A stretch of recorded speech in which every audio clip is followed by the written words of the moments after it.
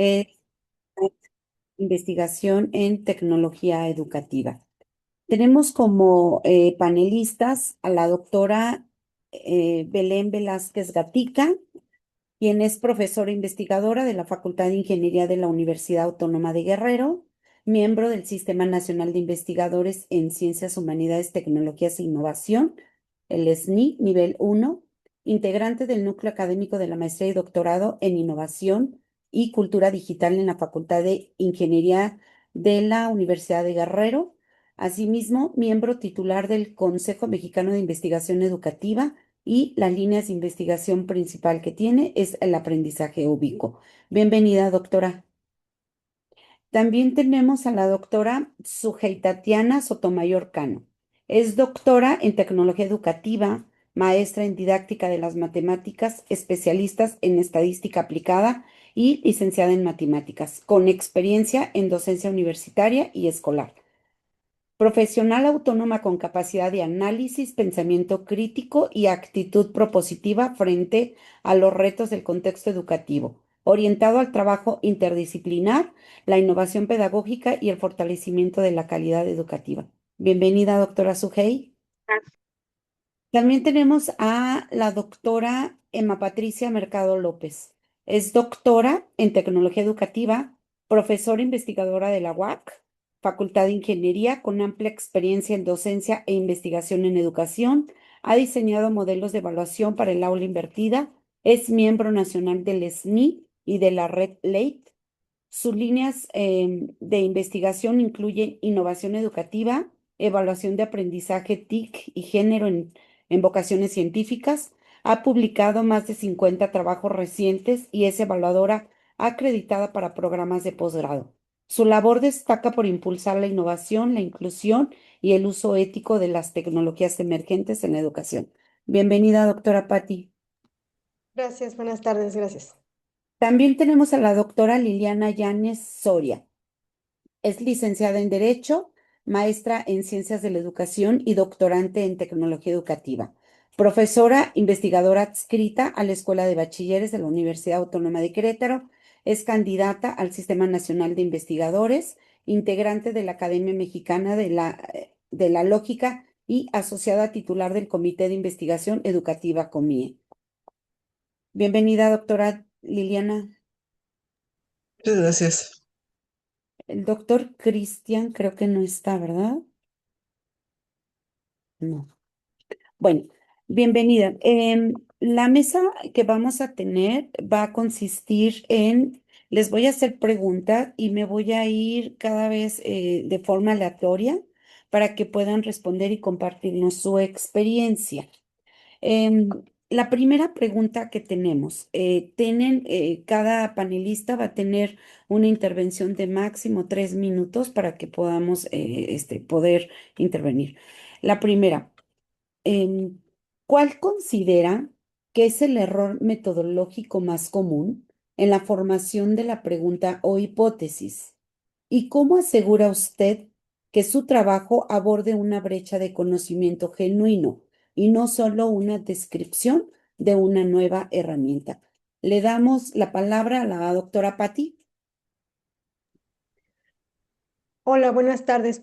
Pues los principales errores que yo he visto en mis alumnos en posgrado sobre metodología y relacionado con el planteamiento del problema hipótesis es que tienen mucha confusión sobre los tipos de enfoque. A nivel doctorado, maestría, siguen confundiendo enfoques cualitativos con cuantitativos, siguen confundiendo el diseño experimental. Entonces, ese es el principal problema que yo he visto en los alumnos que confunden. Entonces, si hay esa confusión cuando lo quieren aplicar, pues van a tener resultados erróneos. ¿Cómo se resuelve? Pues no dando por hecho que a nivel posgrado tienen estas bases de metodología de la investigación porque no las tienen. A veces como maestros pensamos que tienen las bases y pues no las tienen. Entonces, pues no debemos de dar por hecho que se tienen estas bases. Tiene que quedar súper bien fundamentado el tipo de enfoque que se va a hacer, que esté de la mano con el planteamiento del problema. Y si es cuantitativo, que sea hipótesis. Muchas veces se hablan de un estudio cualitativo y se habla de hipótesis.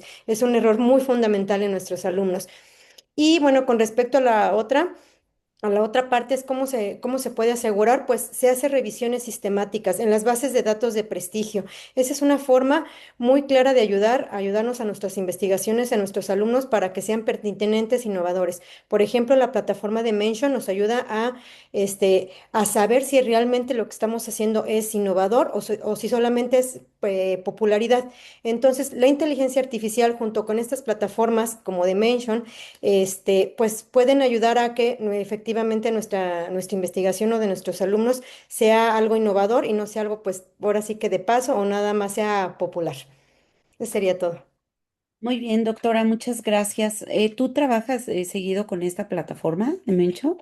Sí, trabajo con esa y con otras plataformas. Yo en las clases que doy de inteligencia artificial a mis alumnos de posgrado les enseño que uno de los pasos de metodología de la investigación es que vean si es pertinente su investigación con inteligencia artificial. Entre ellas de Mention les ayuda, incluso están las gráficas, ellos pueden a través de unos prompts, pueden ver si es innovador lo que ellos quieren hacer y no solamente pues es popularidad o a lo mejor quieren resolver un problema que ya está resuelto. Entonces, Dimension y otras plataformas de inteligencia artificial, bueno, Dimension es base de datos junto con inteligencia artificial, les pueden ayudar a enriquecer los trabajos de investigación. Y como dice usted, que no solamente sean algo pasajero y pues cuando lo quieran presentar, pues ya no sea pertinente su investigación. Muy bien, muchísimas gracias, doctora Patricia. Ahora vamos a invitar a la doctora Belén, por favor. Claro que sí, buenas tardes a todas mis compañeras panelistas, doctora Rocío, la saludo con mucho cariño y a toda la comunidad académica que nos acompaña. Bueno, en mi caso intentaré contextualizar un poco. Desde hace algunos años, pues nos hemos dedicado a la formación de nuevas investigadores e investigadores. Justamente, pues sabemos que es una actividad compleja, sabemos que es difícil acercar a los estudiantes desde la licenciatura a los procesos investigativos. Entonces, nos hacíamos esta pregunta de qué es lo que debería de tener una buena introducción de cualquier artículo científico, ¿no? Llámese revisión sistemática, artículo teórico, trabajos empíricos, etcétera. Y entre las respuestas, pues hemos diseñado algunos materiales, tanto de carácter pues más privado, o algunos más divulgativos de carácter público, entre ellos un esquema de los 6 pasos en donde nosotros definimos y justo cuáles serían como esos elementos a cubrir para una buena introducción. Y dos de ellos tienen que ver con lo que conocemos como nosotros como los dos planteamientos del problema. Una, desde luego, debe de estar el planteamiento del problema educativo, o en este caso para nuestras áreas, el cual desde luego tiene que hablar de la pertinencia en cuestiones de una problemática social o educativa real. Pero bueno, algunos se quedan nada más con eso y no muestran el planteamiento del vacío, el planteamiento del problema de investigación. Esto pues se da y no puede, no hay otra forma que pues mostrando la frontera del conocimiento o el estado del arte. Y específicamente la frontera del conocimiento en donde decimos no solamente lo que hay o las últimas tendencias en investigación con literatura actualizada, sino también lo que hace falta por hacer. Y en esta última, nosotros hemos identificado al menos 8 posibles vacíos digamos, o formas de justificar una investigación. Entre ellos mencionan un vacío teórico, el vacío metodológico, vacío también a nivel contextual, vacío poblacional, vacío a nivel de estrategia, resultados contradictorios, por mencionar algunos. Entonces, bueno, en el caso de los estudios empíricos. Y a Ujú. partir de ahí, bueno, y también pudiera haber un vacío pragmático para el caso de investigaciones que mezclan la investigación básica con la investigación aplicada, también puede ser pragmático. Y nosotros pedimos a nuestros estudiantes que identifiquen y que soporten su investigación al menos en un vacío de conocimiento. Si fueran 2, 3 vacíos, 4, es mucho mejor. Entonces, pues a grandes rasgos esa sería uno de los problemas más comunes, pues no mostrar la frontera del conocimiento y no hacer explícito el planteamiento del problema investigativo. Así es. Bueno, muchas gracias, doctora. Recibo con mucho cariño tu saludo. Y bueno, efectivamente, sí, el no tener precisamente esta frontera de conocimiento, pues hace que exista esta brecha, ¿no? De no saber exactamente hacia dónde van las investigaciones. Muy bien, pues muchas gracias, doctora. Ahora le vamos a dar la oportunidad a la doctora Liliana. Adelante. Muchas gracias. Bueno, pues en este sentido, digo, abundando un poquito acerca de la frontera del conocimiento, creo que también hay que considerar un poquito ya lo que es el procedimiento administrativo. Cuando hablamos de pensar en un proyecto de investigación a nivel maestro doctorado, pues implica presentarlo ante un comité, presentarlo también ante el consejo académico, implica una serie de pasos, incluso, por ejemplo, el registro del título. Entonces, alguna de las cosas que, bueno, en caso yo aprendí y he visto, tiene que ver precisamente con que haya una alineación muy clara dentro de lo que es el documento del protocolo, que tiene que ver entre el planteamiento del problema, los objetivos, las hipótesis, la metodología, que todo esté debidamente alineado, que todo vaya en una sola dirección. Y en este sentido, pues también tenemos que fundamentar, generalmente cuando hablamos nada más de la universidad, pues pensamos en un comité que nos va a validar y nos va a decir que es viable nuestra investigación. Y bueno, no es un contexto tan común, pero también, por ejemplo, en países como Estados Unidos, los investigadores necesitan también obtener financiamiento de diferentes instituciones o compañías, ¿no? Incluso empresas. Entonces, en este sentido, tienen que justificar adecuadamente que su investigación es viable, interesante, indispensable. Entonces, en este sentido, pues también tenemos que considerar algunos otros elementos, como tiene que ver la delimitación del espacio, el tiempo, la delimitación semántica, que se va de la mano con lo que es la frontera del conocimiento también. Y bueno, por ejemplo, incluso aquí ya empezar a construir algunas categorías propias con respecto a nuestra investigación, considerando que a nivel doctorado, pues ya estamos buscando generar nuevos conocimientos teóricos y metodológicos y no solamente repetir o recuperar lo que otros autores han dicho. Entonces, creo que es una decisión muy importante tanto de los investigadores como de los comités encargados de evaluar, de señalar si una investigación tiene luz verde o se tiene que hacer diferentes adecuaciones y que esto pues tenga un impacto no solamente en el investigador para titularse, sino pues también para la institución y para la sociedad a la que nos debemos. Gracias. Ok, sí, muy bien. También efectivamente coincidimos precisamente con esta matriz de congruencia, ¿no? Que es muy importante tenerla para poder destacar estas investigaciones. Bueno, le vamos a dar también la oportunidad a la doctora Sugei. Adelante, doctora. Ok, bueno, buenas tardes, doctora Rocío, un placer saludarla. Con Gracias. relación a la pregunta, considero que partiendo de que la tecnología educativa se centra tanto en la resolución de problemas prácticos y reales de la educación, un error metodológico frecuente que yo puedo observar es que la pregunta, la formulación de la pregunta o de la hipótesis no refleje claramente ese problema educativo que se está abordando. Después de identificar un problema, analizar sus causas y respaldarlas con marcos teóricos sólidos, se puede formular una pregunta que sea válida científicamente. Pero esta pregunta es responder en qué medida esta intervención mediada por tecnología contribuye o impacta en el problema identificado. Para mí, esta estructura vinculada claramente, pues debe vincular claramente esa intervención mediada por tecnología, que puede ser que hace referencia a esa variable independiente con el problema educativo que se está abordando, que es la variable dependiente. Así uno puede evitar estudios totalmente descriptivos y que no aporten una contribución real a ese conocimiento. Desde mi trabajo para abordar una brecha de conocimiento genuina en la tecnología educativa, coincido con todas mis colegas, mis panelistas, en que debe realizarse un análisis exhaustivo del problema, lo que se referían a la brecha del conocimiento. Ahí se identifica qué se sabe, qué falta por explorar y qué está evidenciado como tal. Fundamentar una vez ese problema en un marco teórico sólido que nos permita entender ese fenómeno educativo que se está estudiando. Y finalmente, pues al integrar la tecnología, esta no se debe, debe integrarse como una respuesta a ese problema educativo y no solamente debe ser el centro o el foco del estudio como tal. Muy bien. Me da mucho gusto con con esto cerramos ya este grupo de la primera pregunta. Y vamos a la segunda. Todas, me da gusto que hayan coincidido precisamente en estas brechas. Bueno, la segunda, ¿qué es el rigor? Vamos a hacer la pregunta, ¿qué diseño de investigación, ya sea cuantitativo, cualitativo, mixto, de zinc o Basen-Research, consideran más efectivo para capturar el impacto a largo plazo? Le vamos a dar la oportunidad a la doctora Liliana.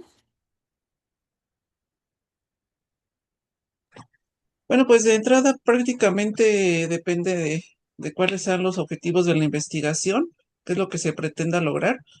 Y así como el planteamiento del problema, creo que prácticamente cualquier metodología sería adecuada, no es que una sea mejor que la otra, más bien depende de cuál es nuestro objeto de estudio. Pero bueno, por ejemplo, acá en el doctorado de tecnología educativa fue muy común que utilizáramos la investigación basada en diseño y se utiliza precisamente porque permite abordar problemas educativos con una gran complejidad y le permite estudiar desde los diferentes ángulos, ¿no? También permite establecer equipos de trabajo que se van a encargar del diseño, así como del desarrollo de soluciones a estas problemáticas, en donde intervengan tanto profesionales como investigadores. Creo que esto es algo muy importante dentro de los ciclos iterativos que también se manejan. Y pues también en este sentido podemos tratar de evitar este tipo de investigaciones, sobre todo en tecnología educativa, que es muy común que se lleguen a dar, donde se abordan desde una perspectiva muy poco crítica y una perspectiva muy simplista de causa-consecuencia, donde solamente estamos buscando pues describir un dispositivo, una aplicación y que deja de lado lo que es la significancia, el aprendizaje o lo que es la práctica social, ¿no? Entonces, en mi caso, pues por mi experiencia, pues creo que la investigación basada en diseño da muchísimo potencial para abordar problemas educativos de manera específica por medio de la tecnología educativa, pero pues no podría decir tampoco que todas las metodologías no son buenas. Creo que cualquier metodología que utilicemos es adecuada y está bien. Y en el caso, por ejemplo, de la docencia, tenemos lo que es la investigación-acción, ¿no? Que es una investigación cualitativa también bastante reconocida, ¿no? Así es. Muy bien. Gracias. Muchas gracias, doctora Liliana. Ahora le vamos a dar la oportunidad a la doctora Sugey. Bueno, coincido con mi colega, la doctora Liliana. Bueno, considero que ese diseño de investigación adecuado depende de ese objetivo de investigación. Desde mi experiencia, considero efectivo también la investigación basada en diseño, pues esta se centra en problemas educativos reales, no solo en la herramienta. Además, permite vincular la teoría con la práctica, involucra a todos los actores del campo académico, tanto docentes, estudiantes, considera y prioriza ese contexto educativo, la ecología de la clase, asegura una sostenibilidad, una relevancia, pero también genera principios de diseño pedagógicos y sobre todo currículos y teorías transferibles. Pero lo importante es que ese tipo de diseño, bueno, esta metodología de investigación, pues no cae en ese efecto novedad que algunos autores, bueno, definen como esa novedad que surge en los estudiantes cuando una herramienta es nueva. Pues se centran inicialmente en que es nueva, eso los motiva, pero su atención puede disminuir si realmente la estrategia pedagógica no está totalmente solidificada. Otros, considero que otros métodos de, bueno, investigación, como mencionábamos, el cualitativo, es interesante y es uno de los que se ha utilizado en el campo de tecnología educativa porque pues ayuda a describir fenómenos, qué es lo que está pasando realmente en el aprendizaje, pero tiene una desventaja y la desventaja es que no permite generalizar esos resultados. Algunos autores también han afirmado que métodos que también se utilizan mucho en la tecnología educativa, en la investigación en tecnología educativa, son los comparativos, donde se utiliza un grupo para comparar, en el caso de la tecnología, cómo es el rendimiento de un estudiante, de unos estudiantes que utilizan tecnología y cuáles los que no utilizan. Es bueno, pero pasa en algo que deja a un lado algunos aspectos psicológicos y pedagógicos que permiten limitar o definir cómo ocurrió ese aprendizaje. Los mixtos son buenos porque combinan dos, pues dos métodos, tanto cuantitativos como cualitativos, y permiten una visión más amplia, una integral y holística, pero también pues no tienen este carácter iterativo que tiene la IBD que permite ajustar y mejorar una intervención educativa. Muchas gracias. Muchas gracias. Muy bien, sí, efectivamente coincidimos con esto que nos expones. Ahora le vamos a dar la oportunidad a la doctora Belén. Gracias, doctora Rocío. Bueno, a mí me gustaría ir un poquito antes del método, porque justo creo que ese es el problema de la tecnología educativa, que al principio, como decía la doctora Sugey, pues hay un efecto novedad y a mí me gustaría, y tiene obsolescencia, por supuesto, cada vez más corta a veces. Me gustaría ir un poco antes, como comentaba, y yo veo dos problemas principales que merman mucho las intervenciones en tecnología educativa, en mi experiencia. Una, yo creo que los enfoques tecnocentristas que lamentablemente siguen existiendo hoy en día limitan demasiado al poner pues un exceso de confianza en alguna tecnología en particular, cuando, bueno, ya en 2 años, si no es que menos, pues ya tenemos una nueva tecnología, ¿no? Un poco más ágil, bueno, con mejoras, etcétera, ¿no? Entonces, y la otra problemática que yo veo, es pues una postura vertical del investigador con la que a veces llegamos de que todos lo sabemos, creemos las necesidades que tienen los usuarios de nuestras intervenciones en tecnología educativa, no colaboramos, estamos como en este pedestal o en esta posición, ¿no? Digamos, de que lo sabemos todo, etcétera, ¿no? Y adicional a esto, creo que dentro de la postura tecnocéntrica, algo que yo veo en las investigaciones y en las intervenciones educativas, que también me gustaría resaltar antes de que se me olvide, bueno, mientras en la literatura en español yo veo que todavía estamos peleándonos como qué tecnología es mejor que la otra, qué modalidad educativa es mejor que la otra, qué metodología de aprendizaje, etcétera, qué dispositivo N es mejor que el otro. En la literatura en inglés ya es parte de la vida cotidiana en cuestiones de intervención educativa y de tecnología, hacer una combinación de las fortalezas de cada una repito, de modalidades, metodologías, etcétera, ¿no? Teorías incluso que lejos de crear claro, con su debida congruencia metodológica, teórica y demás, pero que al final todo eh, pues vamos a decir, amalgama de posibilidades, pues nos van a permitir intervenciones en tecnología educativa mejores. Y ya hablando ahora sí de los métodos, pues yo creo que, como decía la doctora Liliana, cualquier método, yo creo que tiene su importancia y es valioso, siempre y cuando yo creo que para capturar este efecto, pues tiene que ser iterativo, porque la investigación misma es iterativa, es recursiva, es perfectible. Entonces, yo creo que cualquier método, incluso desde alcances cuantitativos y cualitativos, si los tratamos como una investigación multimétodos y que sea iterativa, puede funcionar bastante. Yo creo que cada vez van a ser menos comunes esos diseños de investigación que cumplen de la A a la Z, así en ese orden. En contraposición a, pues, estudios longitudinales, como decía, multimétodos, educación comparada, investigaciones basadas en diseño, pensamiento de diseño, etcétera. Pero yo creo que eso es lo principal, que sea iterativa y que sea un diseño recursivo, que nos permita, pues, ir mejorando los resultados y la intervención. Ok, muchísimas gracias, doctora Belén. Y finalmente le vamos a dar la oportunidad a la doctora Patti.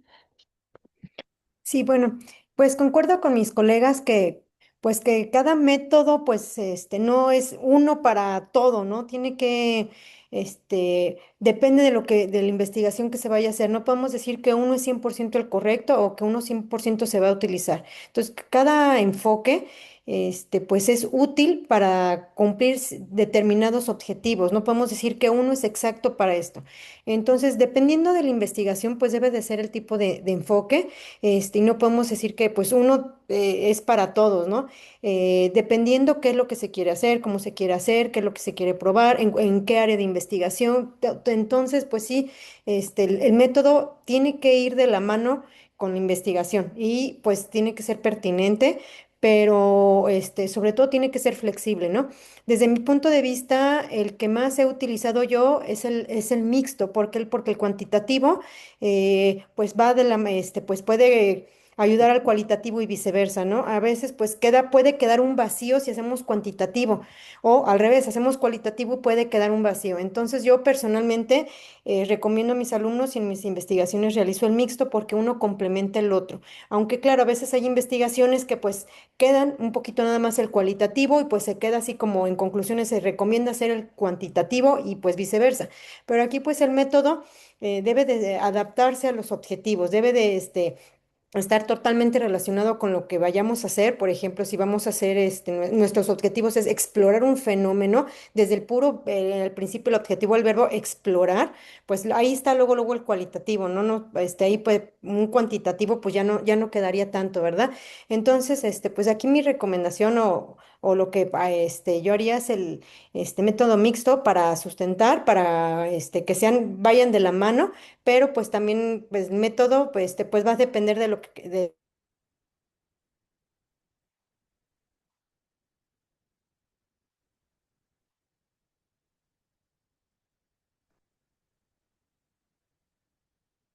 Creo que se congeló. arquitectural, oye, porque cualitativo, no, es que no me gustan las matemáticas. Yo creo que eso no, ya no se vale. Entonces sí, yo creo que se debe de adaptar a la investigación, pero no al investigador. Entonces, bueno, esa sería mi aportación. Ok, doctora, te lo agradecemos muchísimo.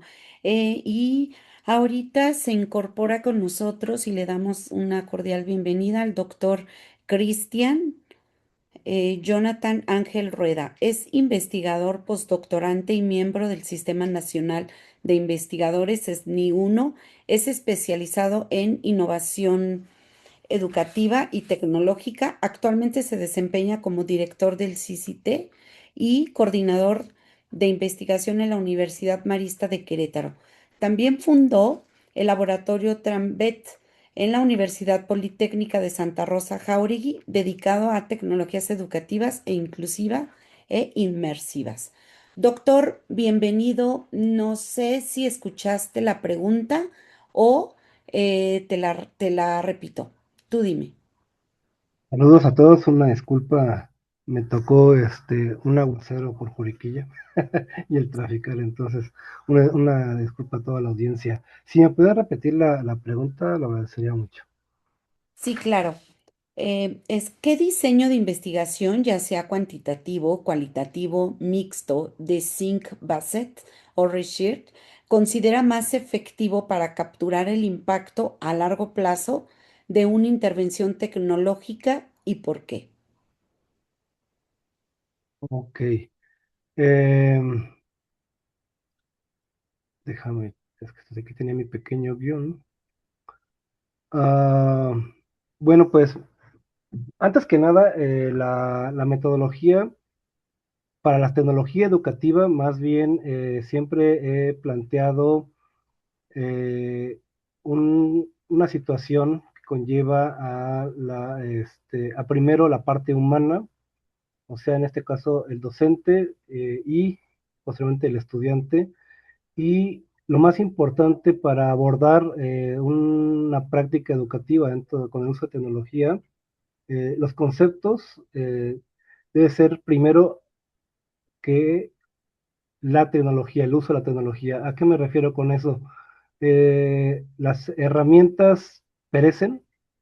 Me ha tocado por experiencia literalmente observar a lo largo de, pues ya de bastantes años que cuando se hace una investigación basada, bueno, cuando se plantea hacer una investigación en tecnología educativa con relación eh, al hecho de plantear el uso de la tecnología, mucha gente busca las competencias digitales como palabra clave, te voy a mencionar ahí, y es ahí donde desde la competencia digital se plantea abordar que pues las habilidades técnicas son las que van a favorecer el proceso de enseñanza-aprendizaje. Y es en ese factor importante que es donde yo observo una variable inconsistente. ¿A qué me refiero con eso? Bueno, pues literalmente cuando uno plantea desde la herramienta una práctica educativa, se desfavorece el proceso más importante dentro de la didáctica, que es el proceso de enseñanza-aprendizaje. Es ahí donde cuando plantea la pregunta, yo mejor diría, antes de responder esa pregunta, primero plantear el contexto. Realmente el investigador, el docente, la práctica que se plantea en base al objeto de estudio, es realmente darle tanta importancia hoy en día a la herramienta para hacer cualquier investigación o cualquier investigación a través de cualquier método. Es ahí donde realmente yo preguntaría ahí al público, igual a los colegas, realmente cuando vas a hacer una investigación, una práctica de tecnología educativa con cualquier meta, como se me estaba escuchando hace unos momentos, realmente si falla la herramienta, se deja de hacer la práctica educativa, o sea, en sí, la herramienta es la que da la pauta para la cuestión educativa, y es ahí donde cuando, y bueno, ahora por contexto lo mío para cerrar esta idea, cuando yo hablo de tecnologías inmersivas, pues tiene sus variantes, eh, desde los grados de inmersión, desde la cuestión de interacción, y pues ahí es donde ir cuando vas comprendiendo, ¿no? ¿En qué nivel de inmersión quieres? Entonces ya vas identificando ahí, ¿no? Pues es realidad virtual, realidad aumentada, si es multiusuario, mundos virtuales, realidad mixta, extendida. Y cuando vas comprendiendo los conceptos, vas pudiendo elegir la plataforma. Y de ahí, literalmente, hoy en día hay infinidad de plataformas que se van moviendo. Y entonces la habilidad del docente y del investigador es si tengo elegí una plataforma, qué variante, si es que falla, se puede acomodar con otra herramienta al mismo tiempo. Entonces, ahí el aspecto es comprender conceptos para que entonces hoy en día con toda la facilidad, hoy con las tecnologías inmersivas, con las tecnologías disruptivas como lo de la inteligencia artificial, favorece a este pensamiento donde la tecnología pasa a un segundo término y entonces la didáctica queda como objeto de estudio para implementar cualquier práctica docente y pues investigación. Y entonces ya de ahí partimos a responder. Se responde por sí misma la pregunta que me acaba de hacer, más que nada. Gracias. Ok, doctor, muchísimas gracias por su participación y nuevamente bienvenido. Bueno, vamos a pasar al tercer rubro, que es la parte de proyección y la intervención es, la investigación en tecnología educativa a menudo implica el uso de datos sensibles de estudiantes. ¿Cuál es la estrategia ética o gestión de datos fundamental que usted aplica en su trabajo para garantizar la privacidad y la fiabilidad de los resultados? Le damos oportunidad a la doctora Sugey. Bueno, dentro de las estrategias inicialmente se encuentran primero, pues el consentimiento informado. Antes de realizar una investigación y recolectar los datos, pues le explico a los estudiantes qué es lo que se debe realizar, una información clara, cómo se usarán los datos y su derecho a cualquier momento si deciden retirarse. También dentro de la estrategia está proteger prácticamente sus datos personales. Pues esto está asociado más que todo a la anonimización o pseudonimización, es decir, que no muestro sus datos, sus nombres, ¿no? Casi siempre trabajo. En el campo de la tecnología y la didáctica siempre los llamo como E1, E2, E3. Prácticamente utilizo letras y números para proteger eso. También está pues esa confidencialidad y seguridad digital. Eso quiere decir que cuando tengo mi base de datos, pues soy yo la única que puedo ingresar a esa base de datos. Ya hago una contraseña, algo cifrado, que yo solamente es la que pueda manipular los datos de mis estudiantes. También soy muy cuidadosa al no recolectar muchos datos. Trato de optimizar esos datos que sean estrictamente necesarios para pues así responder pues a mis preguntas de investigación como tal.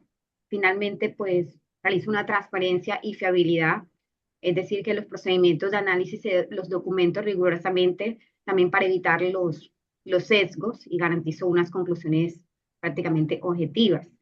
Quiero pues compartir aquí a todo el panel leyendo unos autores, Carrera, González y Codoras de 2020, y me gustó mucho esto que él menciona, estos autores, y mencionan que la ética no es un añadido, sino un principio transversal que guía cada decisión de la investigadora y que va desde la recolección de datos hasta la divulgación de los resultados.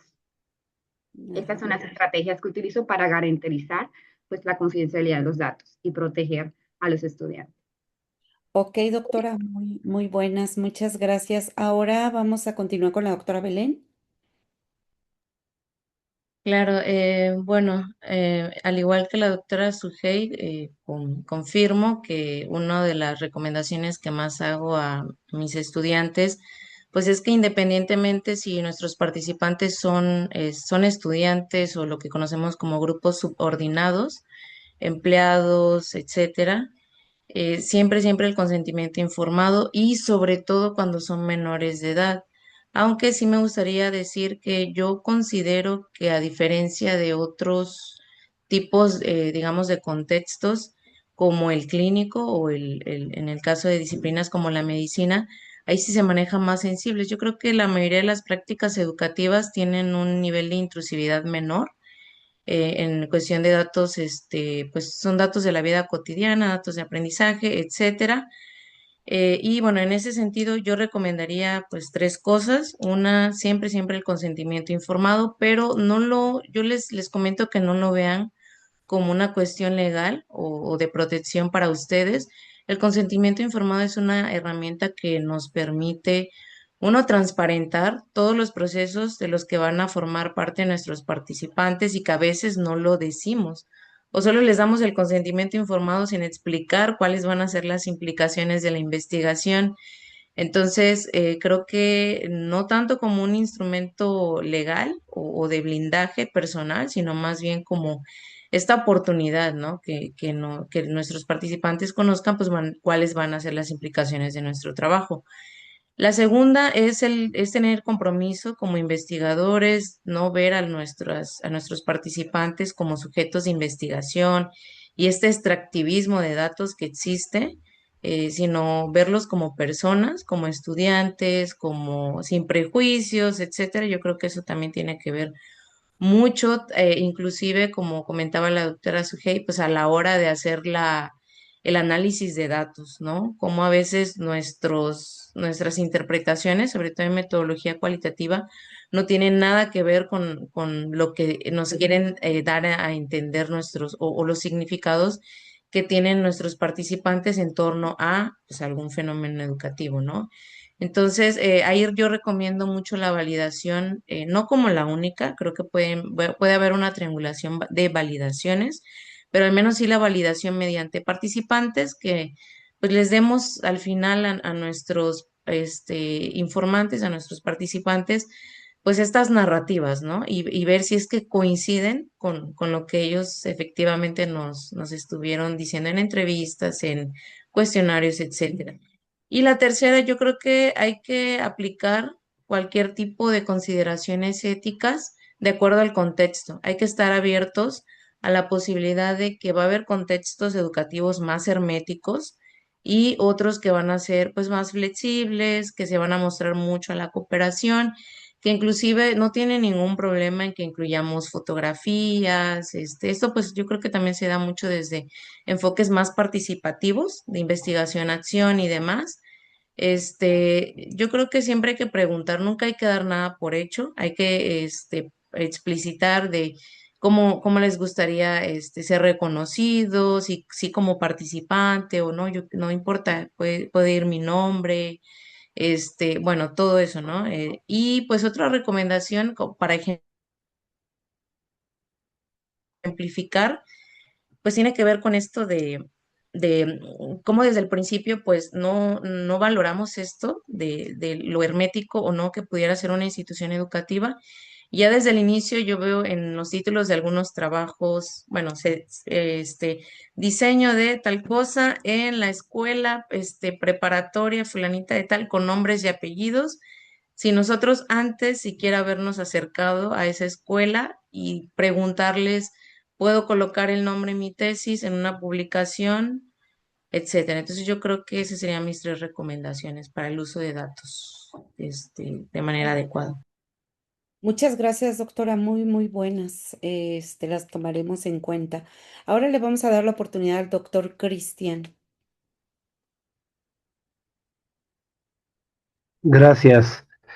Bueno, yo para poder responder esta respuesta voy a hacerlo desde una simulación de mi trabajo. Entonces, como estrategia ética y de gestión de datos en estudios con uso de tecnología, en mi caso, para trabajar tecnologías inmersivas, sistemas de IA, observo que supone un tipo de datos especialmente delicado. No solo en mi caso, en mis áreas de investigación, no solo recolecto en un cuestionario la información, sino que también hay información como trazos de movimiento, patrones de interacción en espacios 3D, voces, gestos avatariales y a veces decisiones automatizadas tomadas por algoritmos. Esto me implica que la ética no puede ser un apéndice metodológico, debe ser el eje que ordena el diseño. En mi investigación o las veces que realizo en estas áreas, para introducir al maestro en esas tecnologías, ya parto de la idea de que el docente es el primer curador ético del entorno. Antes de pensar qué datos recoger, necesito que el maestro comprenda el tipo de exposición que implica estas tecnologías inmersivas, las lógicas de la presencia y copresencia de los riesgos de confundir juego, vigilancia, evaluación.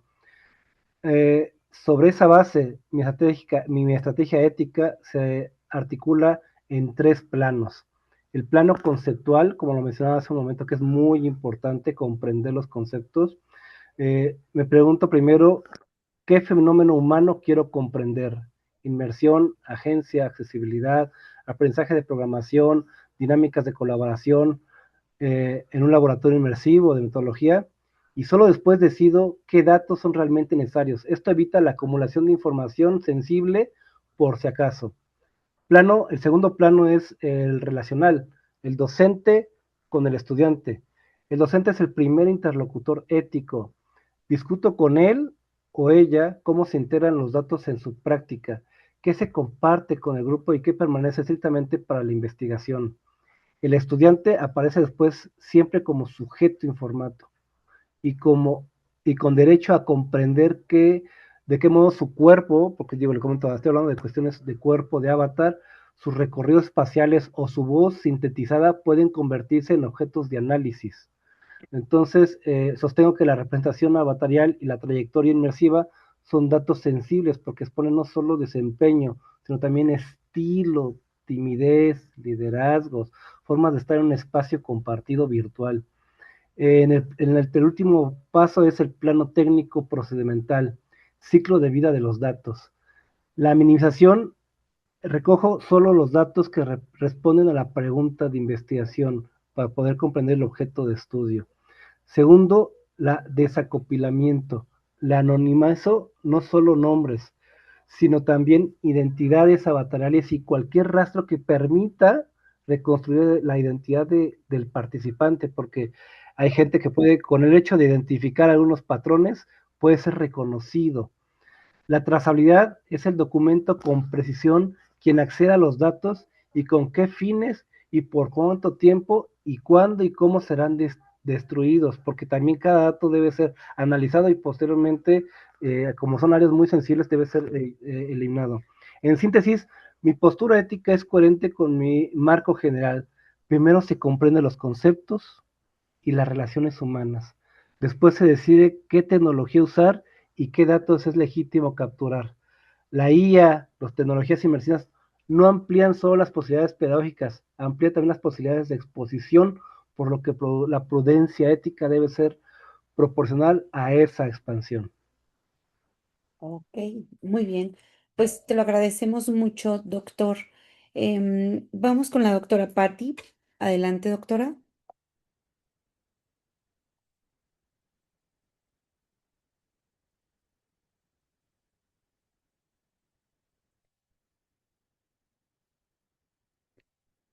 Doctora Patti, ¿no?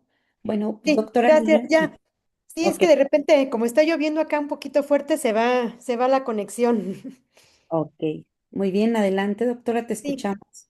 Pues en cuestiones éticas, como lo han mencionado, pues sí es muy importante el consentimiento. Bueno, yo sí pido uno firmado para cualquier situación. A lo mejor uno dice, a alguna persona puede decir, yo nunca te solicité permiso o algo. Entonces yo sí hago la recomendación que hagan el consentimiento incluso por escrito. Y claro, bueno, se les dice que esto tiene fines de investigación, no tiene ningún otro fin. Es importante hacerles saber eso cuando se hace una investigación. Y algo que también resaltó es que tengan mucho cuidado cuando sea investigación en menores de edad, porque no solamente es un consentimiento por parte del alumno, sino que el consentimiento es por escrito y es con los papás. Y sí he visto algunos problemas de ético donde, es que les pedí permiso a mis alumnos de 16 años. No, pero no es a ellos, es a los papás. Y incluso los papás tienen que firmar y no se pueden mostrar caras, por ejemplo, en videos no se les puede grabar sin consentimiento de los papás. Entonces, esos pequeños detallitos sí son muy importantes en la investigación, porque pues a veces ahí incurrimos en la falta de ética donde no se les pide autorización a los papás. En el caso de menores de edad, no se pueden mostrar imágenes, tampoco en caso de menores de edad. Sí se puede siempre y cuando esté el consentimiento de los papás.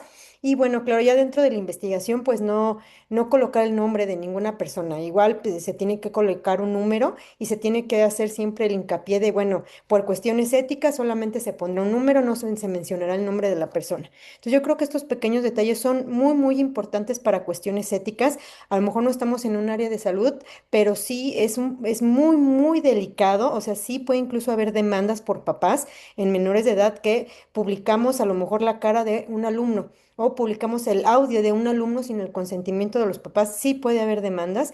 Entonces, pues aquí hay que tener mucho cuidado y pues para evitarnos ese tipo de problemas, firmar el consentimiento cuando son menores de edad y cuando son mayores, pues yo diría también, para evitarnos cualquier situación y pues evitar pues poner el nombre de la persona. Y siempre hacerles hincapié que es para cuestiones de investigación, no es para ninguna otra cuestión. Pues eso sería todo. Te lo agradecemos mucho, doctora. Adelante, finalmente, doctora Liliana. Ay, muchas gracias. Pues creo que ya no voy a abundar tanto en las estrategias como tal o las herramientas. Más bien quisiera hablar un poquito acerca de lo que es la ética de la investigación, hablando de tecnología educativa, que tiene que ver precisamente con la protección de los datos, con la privacidad, también con la transparencia en la inteligencia artificial, asegurar el valor del conocimiento social, así como también diseños inclusivos para evitar brechas digitales y la integración de diversos principios como puede ser el respeto, la justicia, la privacidad de la protección de datos y la beneficencia o no maleficencia, ¿no? Con respecto al respeto a las personas, pues considerarlos como sujetos, no solamente como algunas herramientas para obtener algunos datos, también garantizar el acceso equitativo a todos, tomando en cuenta que la tecnología tiene un aspecto positivo como negativo y tomando en cuenta también la diversidad socioeconómica y geográfica. Esto buscando también evitar profundizar brechas digitales. Y por último, también la protección de datos personales, sobre todo hablando de plataformas digitales. Y bueno, ya de manera particular, bueno, yo quisiera recordar el caso, cuando estaba en la maestría, nos tocó hacer una coevaluación entre compañeros y bueno, un compañero en particular estaba en una cierta universidad, él como coordinador, y en ese momento estaba la aplicación de la RIEMS, que es la Reforma Integral de la Educación Media Superior, y decía, es que yo quiero aplicar una serie de encuestas y entrevistas a mis maestros, con los que tengo una relación subordinada laboral y quiero preguntarles cuál es su experiencia y qué opinan de de cuál es la reforma y cómo se va a aplicar. Y yo sí inmediatamente levanté la mano y dije, a ver, espérame tantito, no, no.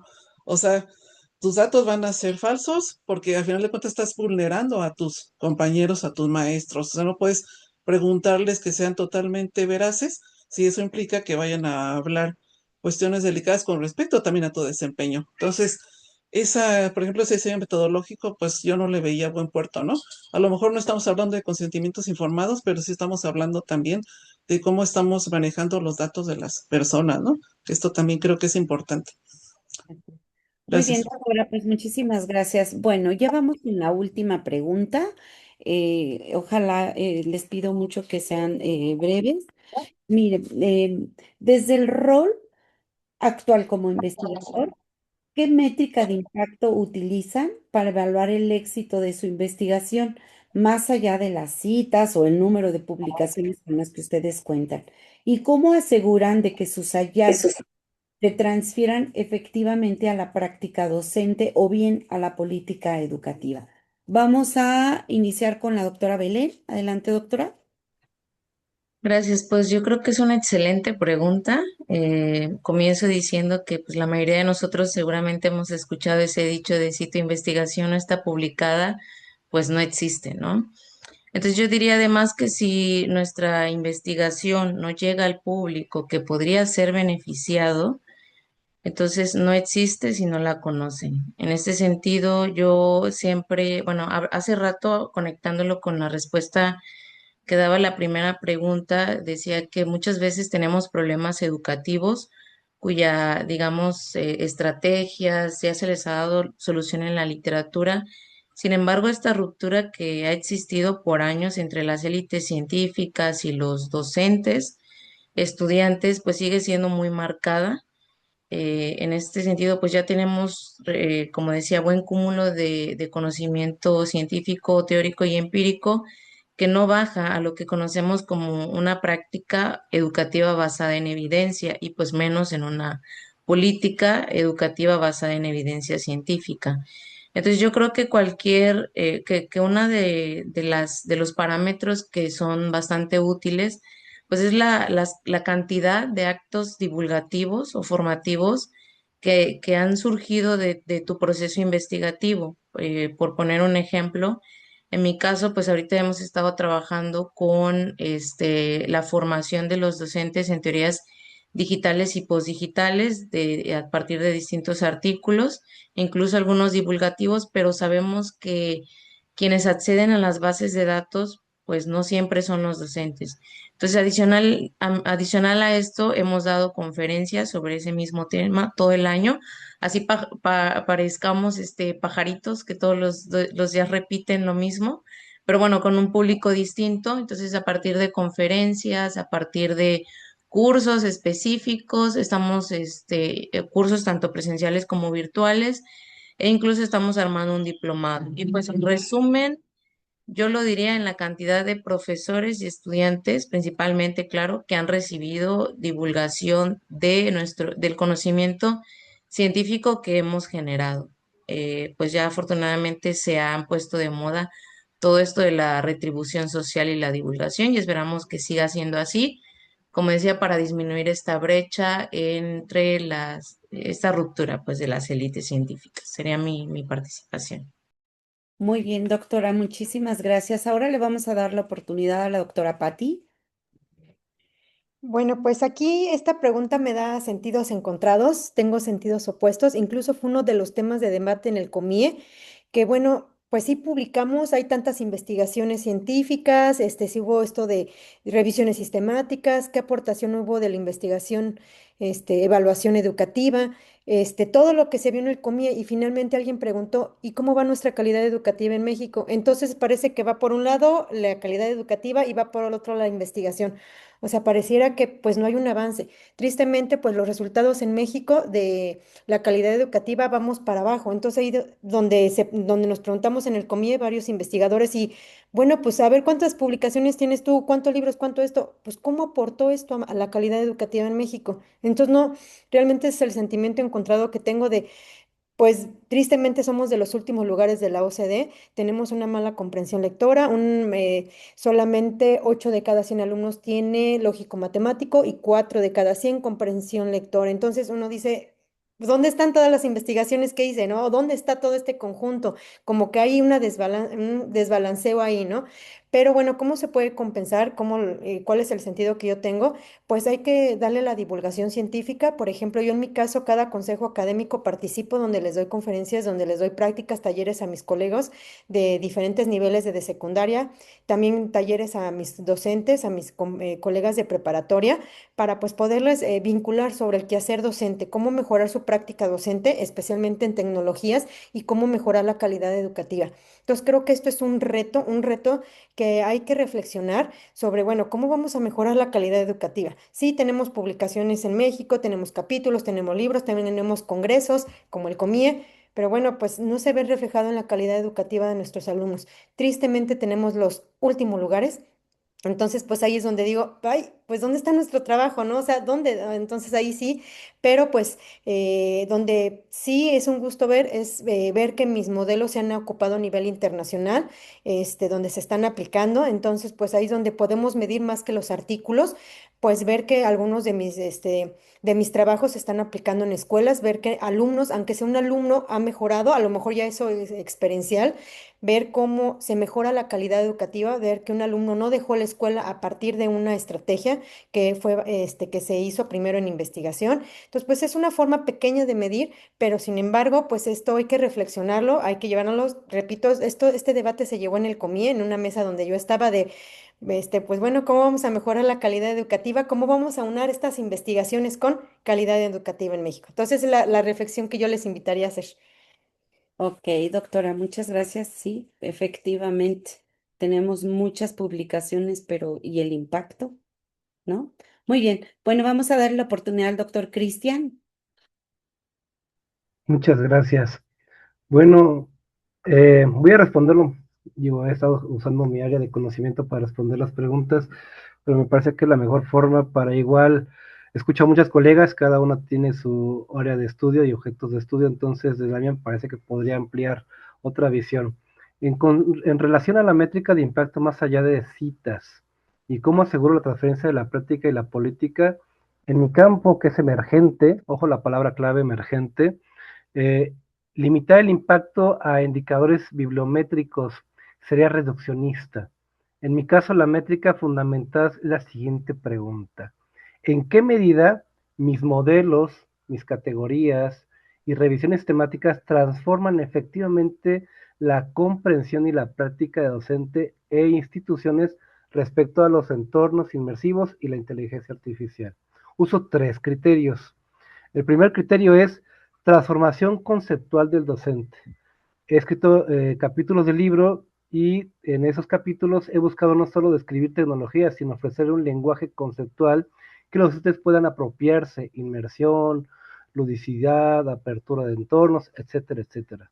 Cuando un profesor puede explicar por sí mismo por qué decide usar estos entornos para la programación, para robótica o para prácticas de laboratorio, y vincula su decisión con estos conceptos, considero que ahí hay un impacto real de investigación. Segundo, reconfiguración de prácticas y diseños curriculares. Yo he creado modelos didácticos para introducir al maestro en el mundo del uso de los bultos virtuales. Tanto así que, bueno, he llegado al postdoctorado y ahora estoy en la cuestión de robótica.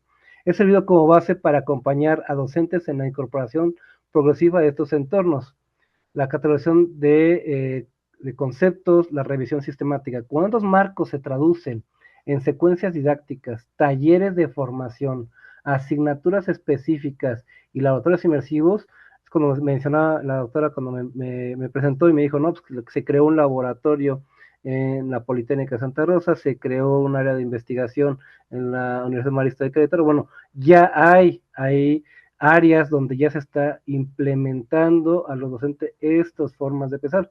Ahí veo hay un indicador de impacto más sólido que cualquier factor de impacto de revista. ¿Por qué? Porque yo estoy viendo y observando a esa incidencia. Ahora, la incidencia en políticas y programas formativos de mayor escala. La consolidación de cursos y programas como hacia una pedagogía digital en la práctica docente que es por parte del gobierno federal, como la inclusión de los CEDID en los metaversos educativa en diplomados, posgrados y políticas internas de innovación, representan para mí un nivel de impacto donde la investigación deja de ser un esfuerzo aislado y se convierte en infraestructura conceptual para la toma de decisiones educativas.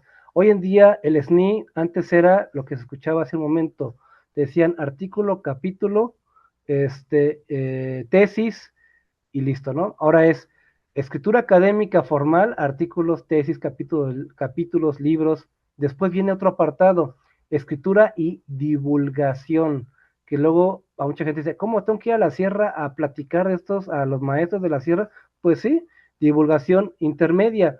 También puede ser manuales, cursos en línea, materiales de formación docente, y eso también se colecta en la cuestión de lo que se hace.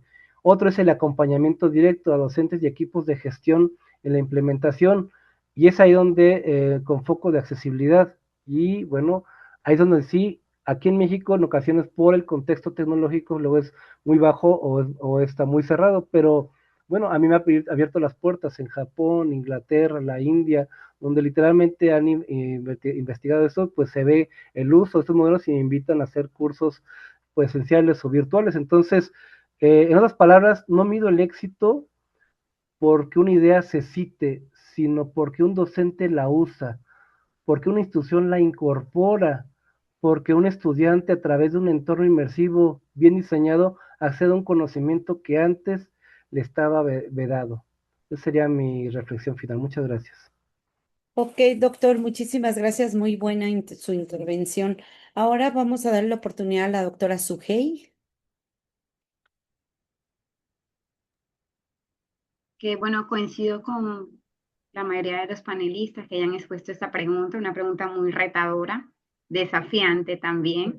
Y bueno, desde mi rol como investigadora en tecnología educativa, sobre todo centrada en la educación de las matemáticas mediante la integración de esa tecnología educativa y que ayuden a los estudiantes a comprender conceptos que que bueno, que están asociados a una complejidad abstracta que se le dificulta a los estudiantes. Voy a hablar desde mi área y los tres indicadores que prácticamente yo tengo en cuenta, más allá de las citas o de las métricas establecidas, es primero la adopción de esos recursos tecnológicos que ayuden a mejorar la comprensión de esa temática, ya sea por parte de estudiantes como también por parte de instituciones.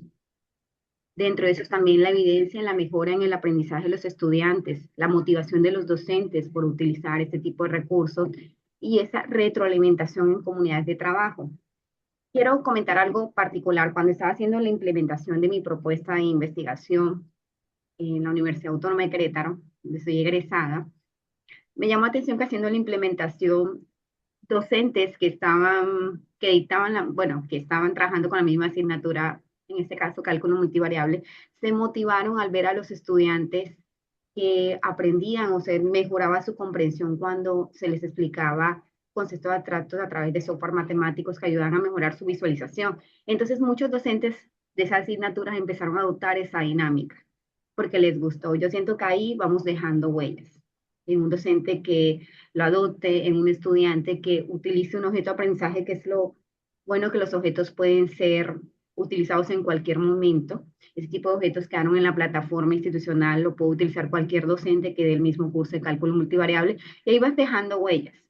Entonces, es una forma, como para ser concisa, en cómo no todo este trabajo transciende, ¿no? Transciende y pues favorece tanto a todo el sector educativo o a cualquier persona pues que quiera utilizar. Ujú.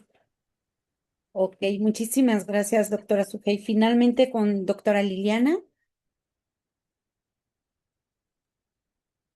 Bueno, pues yo traía preparado algo, pero ahorita que estoy pensando, pues creo que también a veces es importante presumir esta práctica docente, ¿no? Pues digo, yo por ejemplo tuve la oportunidad de entrar al doctorado y aprendí muchísimo y creo que me desarrollé mucho como investigadora, pero atrás de eso yo ya traía casi 15 años de práctica docente, ¿no? Y creo que precisamente la pregunta se enfoca a esto, ¿no? Esta práctica docente que es importantísima. Creo que una de las cosas que nos dijeron desde la maestría es que todos, idealmente todos los que damos clase, que somos docentes, deberíamos tener este espíritu científico y aplicar por lo menos la investigación a acción, reflexionar sobre nuestra propia práctica docente, considerando que muchas veces nuestra proyección no se da nada más para los 50 minutos de clase o la semana, sino incluso hay algunos autores que dicen que el impacto que tenemos como docentes se puede dar, por ejemplo, a nivel profesional, de 2 o 3 generaciones más de personas, ¿no? A futuro. Entonces, creo que